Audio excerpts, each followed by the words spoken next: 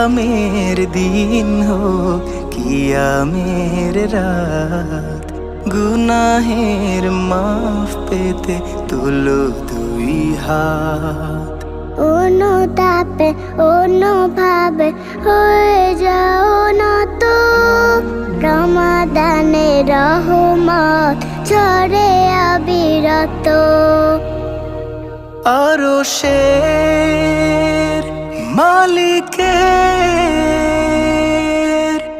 অবারিত ক্ষমা পেতে পারো রোজাদার, তুলে মোনাজাত। সিয়ামের দিন হোক কিয়ামে